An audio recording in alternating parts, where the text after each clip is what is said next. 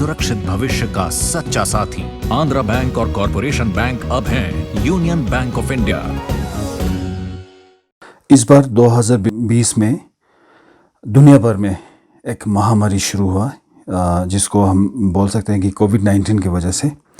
तो जब ये दुनिया भर में शुरू हुआ था तो हमारा भारत में भी ये हर जगह से इसका इम्पैक्ट हुआ था। तो उसके बाद जब हम हमारा जो गवर्नमेंट ने बहुत अच्छा इनिशिएट लेके और इनिशियल स्टेज पे इन्होंने काम किया था। तो उसकी वजह से हमारा जितना अभी विश्व में जितना का इस महामारी की वजह से जितना मौतें हो रहा है, जितना पॉजिटिव केसेस निकल के आ रहा था, तो उसके कंपैरिजन में हमारा इंडिया में काफ़ी कम है, क्योंकि हमारा इंडियन का पॉपुलेशन जो है वर्ल्ड का second highest population in the world. So उसके कंपैरिजन में हमारा बहुत अच्छा, हमारा गवर्नमेंट, मोदी जी की गवर्नमेंट ने बहुत अच्छा इसमें पहले से इनिशियल स्टेज पे बहुत अच्छा स्टेप्स लिया था। तो जब ये इनिशियल स्टेज पे था तो मैं खुद एक्सपीरियंस में बता रहा हूँ आप लोगों को, क्योंकि मेरा एक्सपीरियंस ये था कि मैं नेपाल में था। तो नेपाल में हर जगह पे यही बहुत इसका महामारी शुरू हुआ था। तो वर्ल्ड हेल्थ ऑर्गेनाइजेशन ने इसको डिक्लेयर किया था महामारी का। तब मैं नेपाल में था, और नेपाल से जब मैं आया था तो आई वाज शॉक्ड टू सी उन्होंने कि हमें 2 फॉर्म दिया था मेडिकल की तरफ से तो भरने के लिए। तो उसमें हमें एवरी सिंगल डिटेल्स हमें उसमें फिलअप करना था।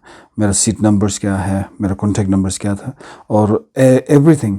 तो जब हम कंफ्यूज हुआ था तो ये क्यों चाहिए था, क्योंकि हमें पहले तो इमिग्रेशन पे पहुंचता था यूजुअली हम ट्रेवल करते समय।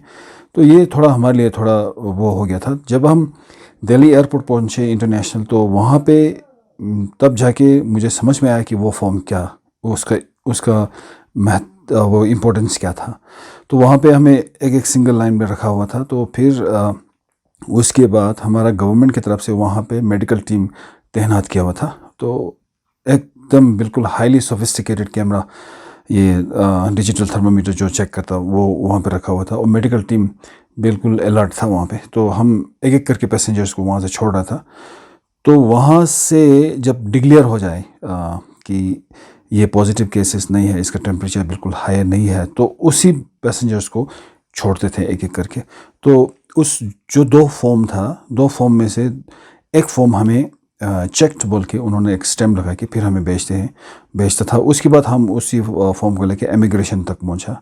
तो इमिग्रेशन से निकल, मतलब मेरा कहने का मतलब ये था कि इंडिया गवर्नमेंट की तरफ से ऑन टाइम बहुत अच्छा प्रिकॉशन किया हुआ था।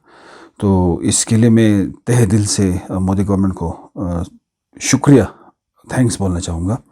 जब हम इतना सारा महामारी की वजह से हमारा देश में जो जितना प्रॉब्लम हुआ था, तो उसको सुलझाने के लिए मोदी जी खुद या टीवी पे आके या रेडियो के थ्रू, मन की बात के थ्रू एवरी सिटीज़न को इंकरेजमेंट कर रहा था। तो विच इज़ रियली अप्रिशिएटेड।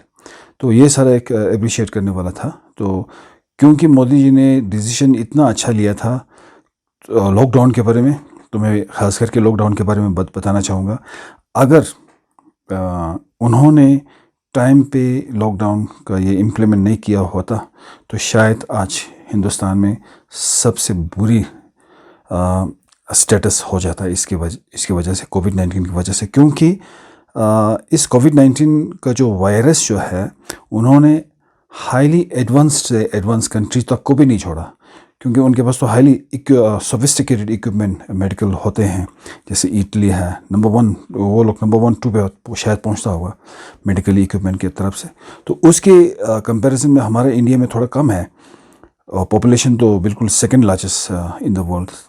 तो इनको देखकर हमें ऐसा लगता है कि गवर्नमेंट ने जो भी किया है आज तक लॉकडाउन के बारे में, और lockdown 1st, 2nd, 3rd, 4th करके, तो उन्होंने अच्छा स्टेप्स लिया था। और इसकी वजह से शायद मैं यही कहूँगा कि इन्हीं स्टेप्स की वजह से तो हमें जितना भी अभी हमारा सिटीजन्स है, उन्होंने भी उनको सपोर्ट करके एवरी इंडिविजुअल हम घर घर में बैठ के एक दूसरे को इंकरेजमेंट करते रहा।